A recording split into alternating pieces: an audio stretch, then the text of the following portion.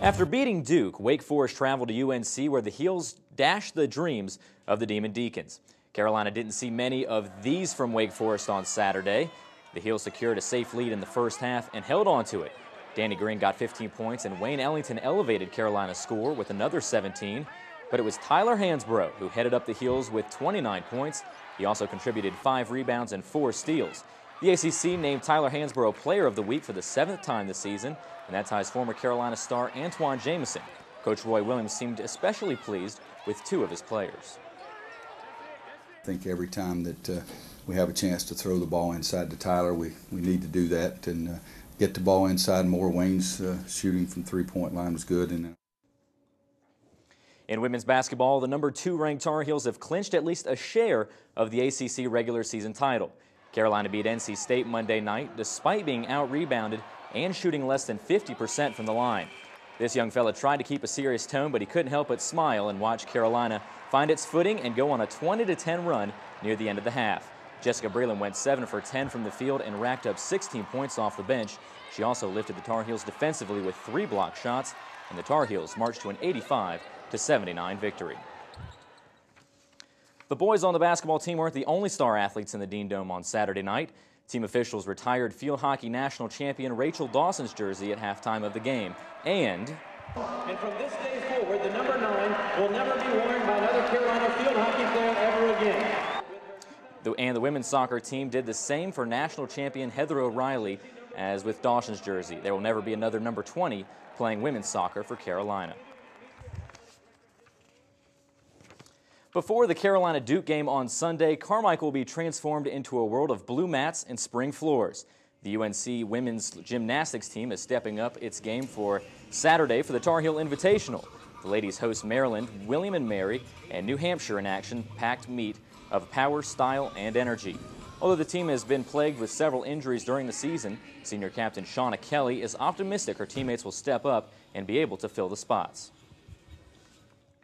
Well, injuries are just something that comes along with gymnastics. Everyone has their little aches and pains, but, we prepare for that. That's why all the gymnasts train as many events as they can and are mentally and physically prepared, when they need to step in. The Tar Heel Invitational begins Saturday at 1 p.m. There's a new sport coming to campus in the fall, and it might look kind of familiar. Sarah Moore shows us a different spin on tennis. At first glance, this might look like a regular doubles match, but if you take a closer look, it's not clay and it's not grass, so what is it? It's platform tennis. There's an enormous amount of passion in our sport, and some of it's well-directed and some of it's misdirected, but that's okay. The traditional tennis racket is much larger than the platform tennis paddle, and unlike the fuzzy yellow tennis balls you're used to seeing, platform tennis balls are smoother, smaller, and solid. The court is also smaller, but you can play the ball off the chicken wire fence or off this gritty surface. Platform tennis is unique because you can play it in any weather. Snow melts as it hits this surface, and the court doesn't get slippery even in the rain because water drains between these planks. Platform tennis is competitive, but it's a double sport, making it very social as well. And it really provides outdoor recreational activities in the winter, which to me is just an absolute must. I can't stand being cooped up. This outdoor recreation allows players to rally back and forth on and off the court. This sport also has different hydration policies because it's traditionally played in the winter. My favorite paddle times are when I'm driving home from work, and there'll be all these wind chill warnings. 10 degrees, stay inside, bundle up, and I'll head out to play paddle dressed virtually identically to what I'm dressed as. And at the end of the night, I'll be driving home and I'll have icicles in the back of my hair. So if you need some exercise or a new way to unwind, try platform tennis.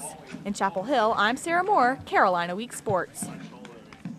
Adam and Sarah, there are 3 more courts coming to campus. They'll be on South Campus right behind Hinton James. I was thinking I wouldn't be very good at this, but after I see them, bouncing it off the fence, that's usually my problem in tennis, so maybe I should give it a try. It looks like a fun sport, not too much skill involved. Yeah. It'll be exciting to see how people enjoy it. Thank you, Walter. Carolina's building for the future, and it seems construction on campus will never end. It appears you're not the only one. Coming up, we've got the scoop on what all the racket means for current faculty and students.